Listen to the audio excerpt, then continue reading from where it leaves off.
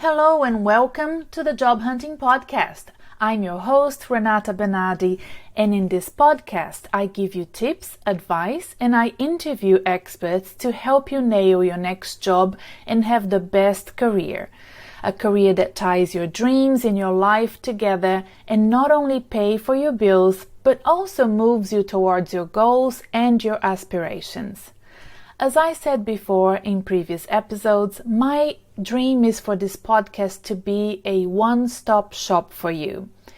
If you are a career enthusiast and ambitious, if you're currently job hunting or keen to keep a finger on the pulse so that you're ready when you need to be, if you are a veteran professional facing career disruption and transition, or if you're a rising star and you want to learn as much as you can to enable your future career progression and your personal goals, well, this podcast is for you. Here, you will hear from experts and professionals that came before you, are a few years or decades ahead of you, and have great stories and examples to share on how they have achieved their career goals. Today, I will be sharing with you an audio of a recent Facebook Live video where I shared my personal career story. I started the Job Hunting Podcast on the 31st of October 2019. And on that same day, I also launched a Facebook page at renatabernardi.co, a Facebook group for the Job Hunting Podcast called the Job Hunting Podcast Group, an Instagram account also called at renatabernardi.co. And if you are in any of these platforms, you should find me and follow me, and also join the podcast group, which is a private group designed for listeners like you. I have been slowly building up a following in these platforms and also find it really great to use it as a way to deliver impromptu presentations on topics that have been on my mind. And it's really great for me to address it and get it off my chest.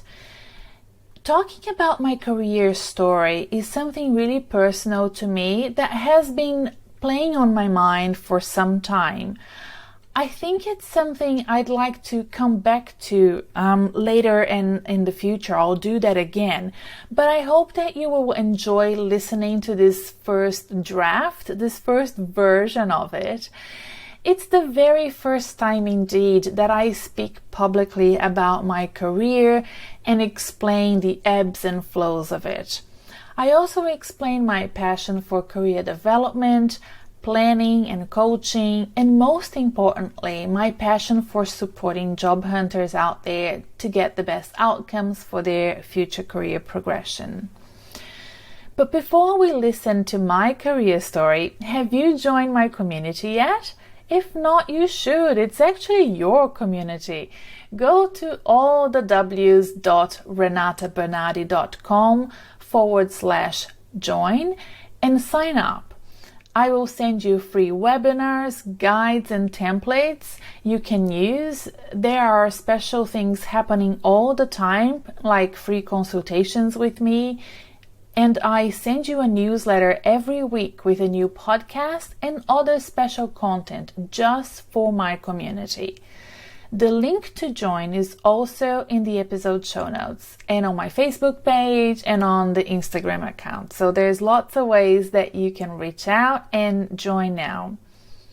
Okay, without further ado, here is my career story for you. Note that this is an audio of a live Facebook video, and in this particular video I filmed outdoors at a park. So there's a little bit of a background noise, but I don't think it's too much and it shouldn't be an issue. So I hope you enjoy it. Hi! Welcome to my Career Highs Live. So today the idea is to make sure that I start talking to you about my story. And it's due to the fact that many people ask me, and also I think I owe you this sort of storytelling and this understanding about why I've moved around, and I think that there is a natural curiosity from many people. I think that's completely normal. I would be curious as well. And understanding why I landed where I am now and what's great about it and not so great about it as well, because not everything's perfect. But let's start from the beginning. I started working when I was very, very young, much sooner than any of my friends and people that I socialized with. In my home country, it's not very common to start working as young as 13, 14. Where I am now in Australia, it is. My kids started working just before they turned 15, and that's the legal age. I was 14 when I started working part-time, so not casually, really part-time. After school, every day, Monday through to Thursday, I used to work at this Scandinavian furniture design shop. It was really wonderful, and the way that I got it was through making the relationship with the owner. When he came to do a quote for my mum, and I asked him if he needed any help in the office, and he asked, do you know how to make coffee? I said yes. Do you know how to type? And I said yes. And the truth is I didn't know how to make coffee or type, but I had a broken leg, so we agreed to start a month later, and it gave me time to learn very quickly how to make coffee. And then my grandmother enrolled me in a typing school. That's how old I am. And I did that, and then I joined this company, and I never made coffee or did any typing. So I thought that was kind of weird, because I had prepared myself to do it. I had prepared myself for that type of work. But very quickly, he asked me to see the clients that were walking through the door. There weren't that many clients that would come in, because it was kind of a warehousey place.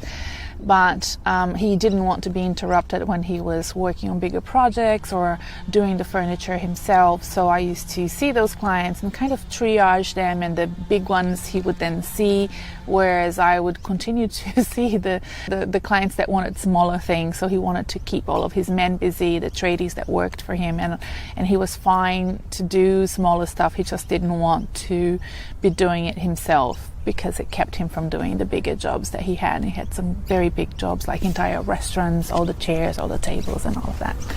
So that's what I started doing at a very young age, and I designed a few things. So I was very cocky and very, didn't really know I was that young, and I would talk to the tradies that were 2-3 times older than me and tell them what to do, and they would say, oh, that's not going to work. And that's how I learned, how to deal with people, no matter what their backgrounds were, what age they were, and be very attentive and a good listener from a young age, I suppose. And from then on, I never stopped working. I always worked. I always had my own money. I was very independent. It drove my parents crazy at times, because having money meant I had more freedom than they probably wanted me to have. And from that independence grew this idea of traveling. I was a travel agent for 7 years. I had my own business. I never worked in any other travel agency except for mine. And I was always very keen to travel. That didn't happen quite as planned, because I had kids very early. And having the travel agency and being given all of these benefits and fam tours, we get invited to go to many different places to get to know these places and then sell them to clients. I couldn't, because I was always pregnant or raising kids. So my husband did many of those trips for me, or we would find a way for me to do them as well. And I could send my employees that worked for me. And eventually what happened was that I started working more and more with higher education and offering higher education programs in Brazil, my home country. I started with exchange students. I didn't like that. It was a lot of responsibility sending young people overseas. Brazil is not a good market for undergraduate international studies, but it is a great market for masters, executive education, and MBAs. So I didn't seek that. It came to me. I had corporate clients that wanted to send their leadership out to learn English and to do their MBAs, to prepare themselves for succession planning and that leadership for international telcos and manufacturing companies that have subsidiaries in Brazil, French ones, American ones, and so on. And that's how I started networking with universities overseas. This is before internet, so you really needed an agent if you wanted to know where to go, how much things would cost, what it took to be accepted to Ivy League, what was the return on investment from going to Ivy League to versus another institution, and so on. And that really brought me back to the fact that I hadn't finished my university degree, and I really loved studying, and I felt this urge to go back, and I decided to investigate that. I was offered to go back to my university in Brazil.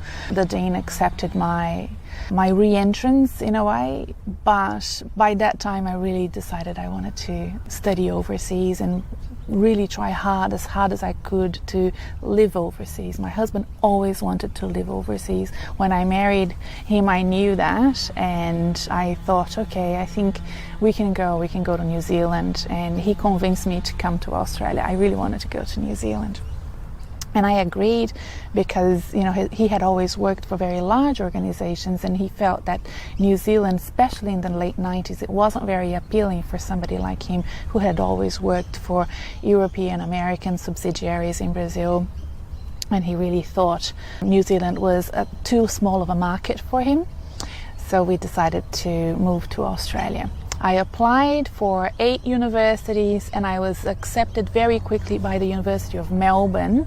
I was accepted by all of the 8 that I applied for. One, I think it was Sydney Uni, did not accept me for the degree that I wanted, but accepted me for a different one, which was fine.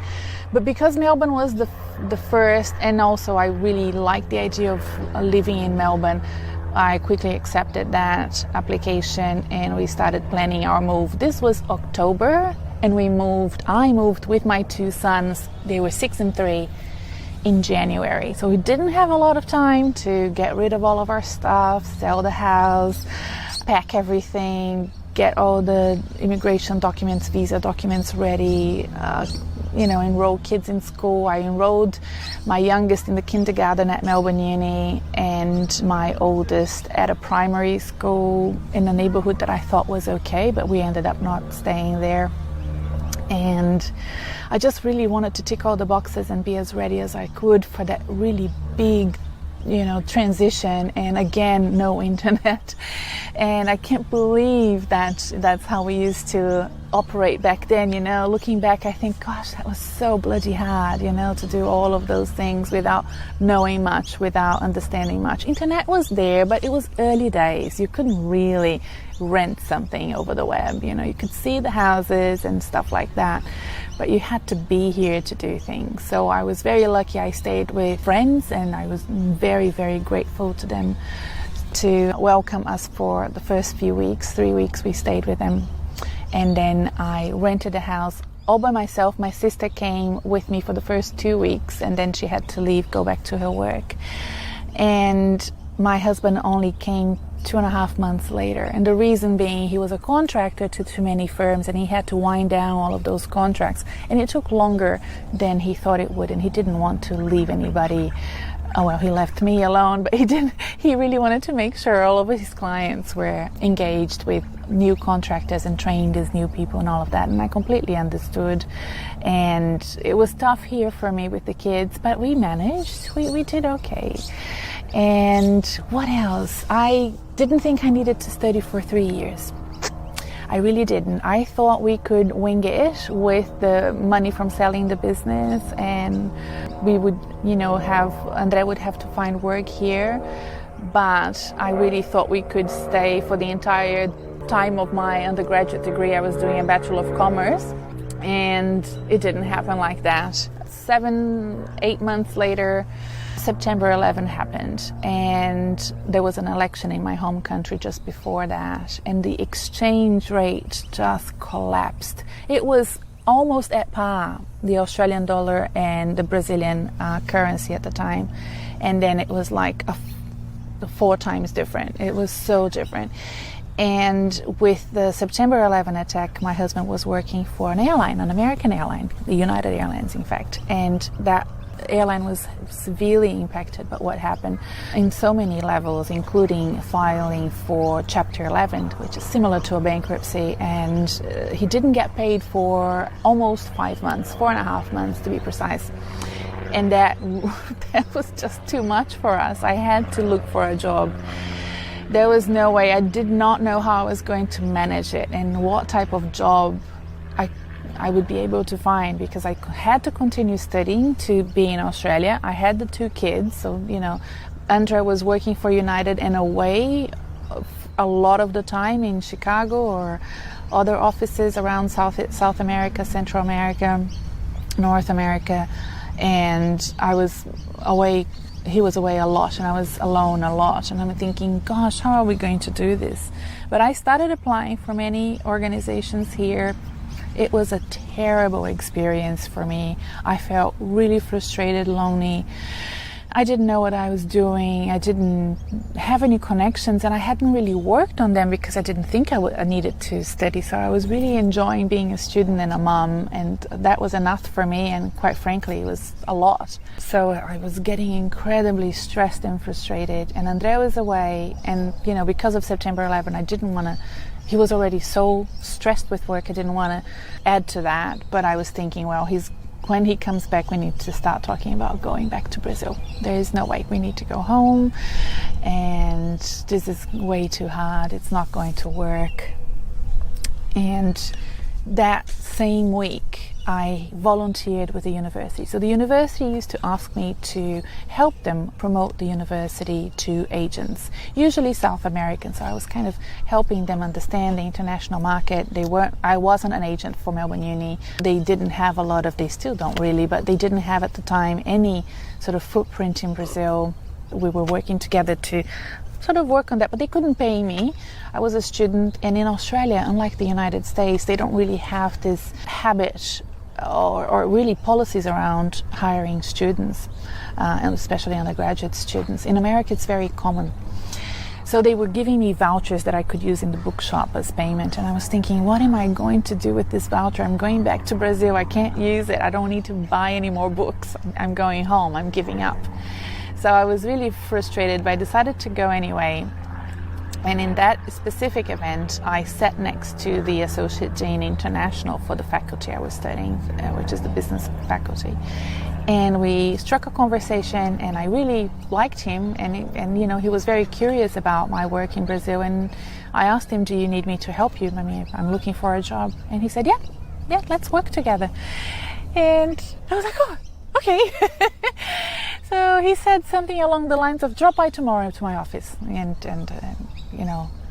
let's talk tomorrow. So I prepared as if I was going to an interview. I dressed up. I remember I had gained weight. I was so worried I wouldn't fit into my suit, and I didn't. I had to kind of improvise something. Printed out a resume, walked into his office, and it wasn't a meeting. He basically gave me the keys to his office, all his passwords to his computer, and said, okay, you're starting today. This is the sort of things I want to do. Very simple things for now. You're just going to help me with research until I come back from my 4 weeks away. I'm traveling. And I'm like, oh, okay.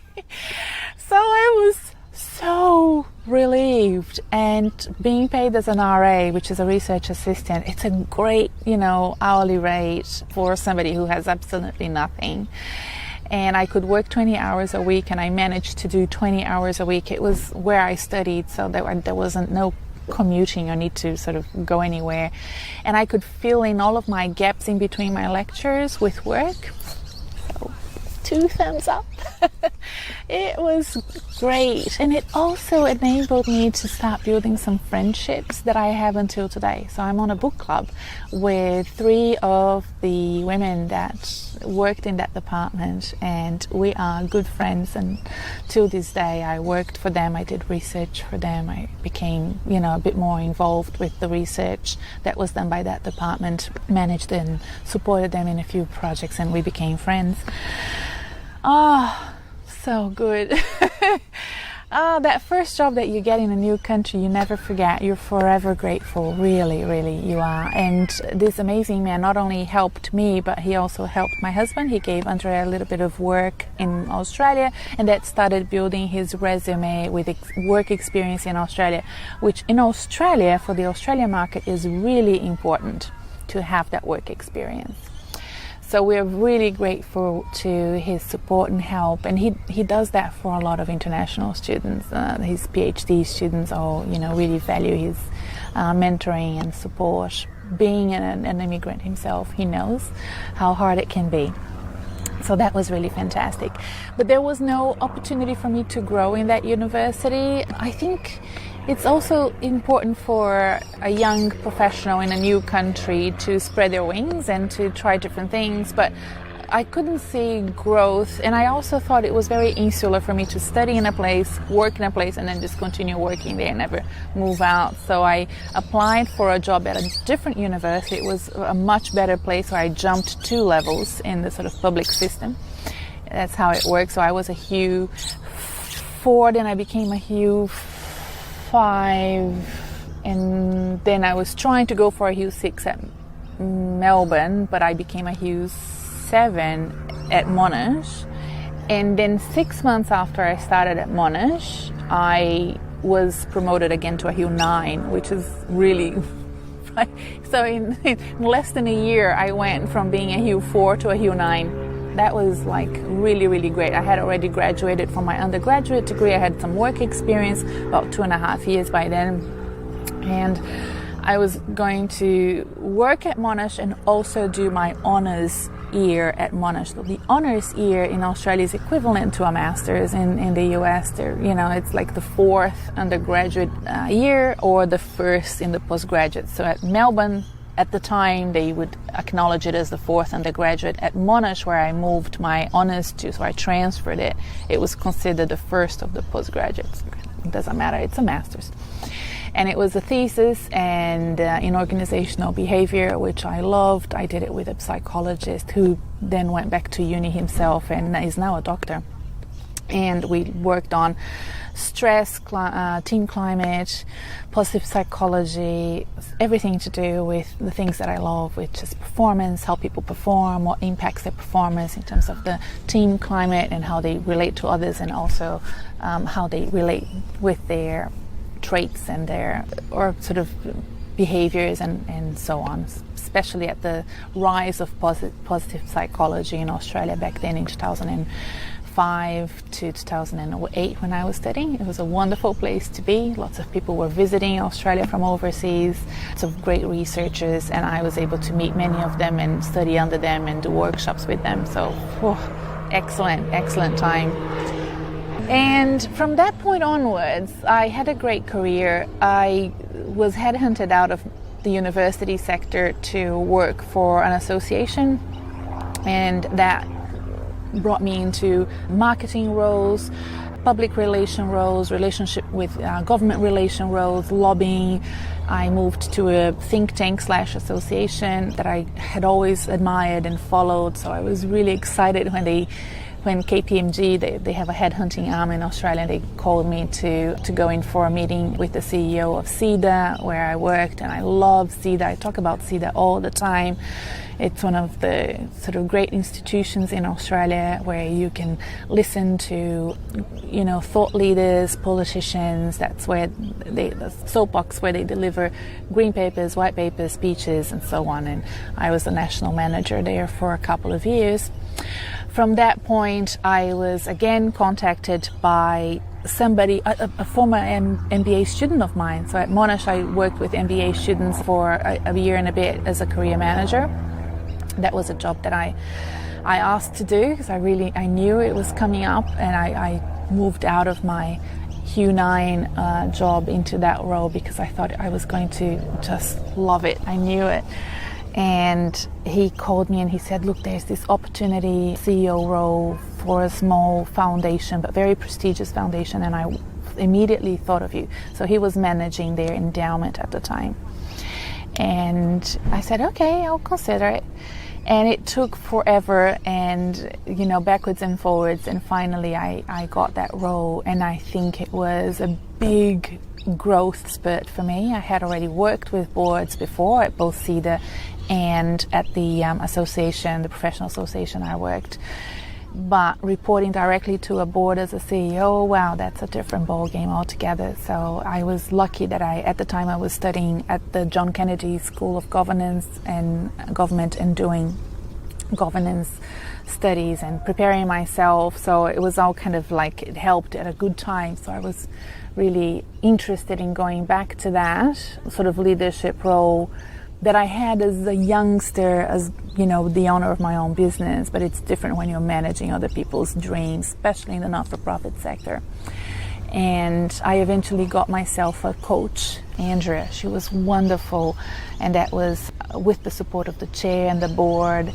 And that's when I became in love again with career coaching through the way that Aunt Denise and Andrea coached me and helped me get ready for that role and then leave that role when it was over.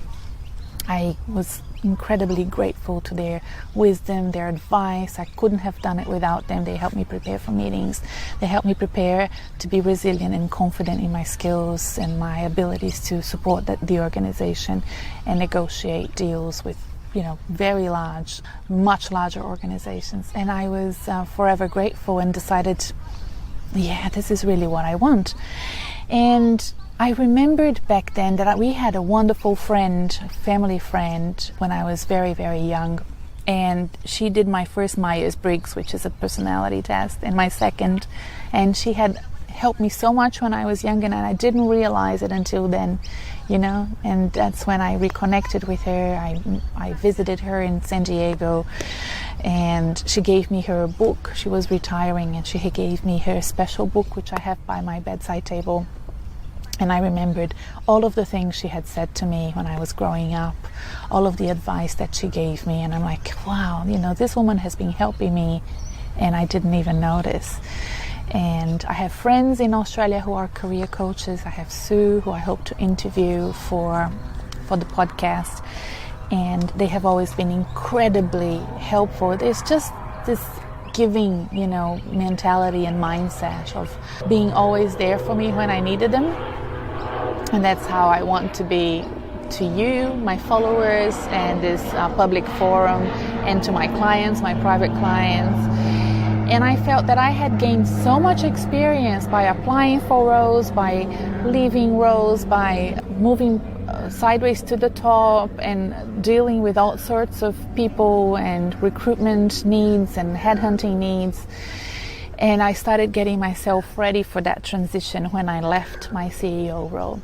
I took yet another job because when you open a business, when you become a portfolio career person like I am now, I have several channels that I operate under, but they are own. It's my responsibility to find work. You need to get your lifestyle ready. You need to get your budget ready. You need to make sure that you can take that risk of not having a salary. So it took me another few years to get that.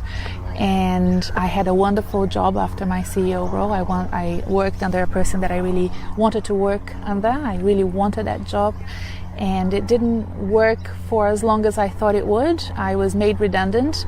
There is a big crisis in Australia with higher education sector, R&D, industry partnerships, and the funding for both higher education and for R&D. So the role that we aspired to build didn't really eventuate after many political transitions and nothing really coming to fruition in terms of the promises that were made. So it was good for me to leave. I was ready to leave, and after a grieving, a little grieving period, I was like, yes, this is exactly what I need to do.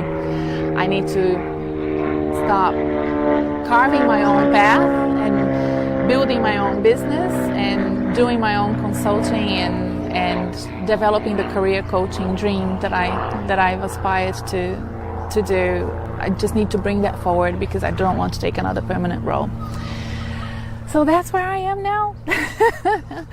It's a long story, and I don't want to go any further than this today, but we will have another session where I explain all the different channels that I operate. I have my business consulting arm, Pantala, and I work with some wonderful people that I have found along the way in my career that I love working with, Stephen, who was my boss, Judith, who was my right-hand woman at my CEO role, Patricia, who is just an amazing creative, and that skill is so needed in the corporate sector, and a couple of business partners that I adore.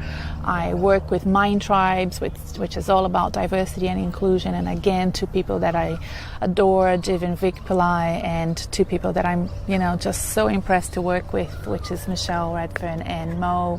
I hope you enjoy this. Thank you so much. Enjoy your day, and you can join my community, and I'll send that podcast every week for you by email. Just press learn more on Facebook, on my Facebook page, and you will be asked for your email so that I can send you that newsletter every week. I curate articles, I find lots of good content, and I send them to my community. And there are lots of little freebies and bonuses that once you join, I will start sending to you over the course of the next few days. So like 3 days of little emails from me with little gifts, and then you get the newsletters every week. Okay? Don't forget to do that, and talk to you soon. Bye.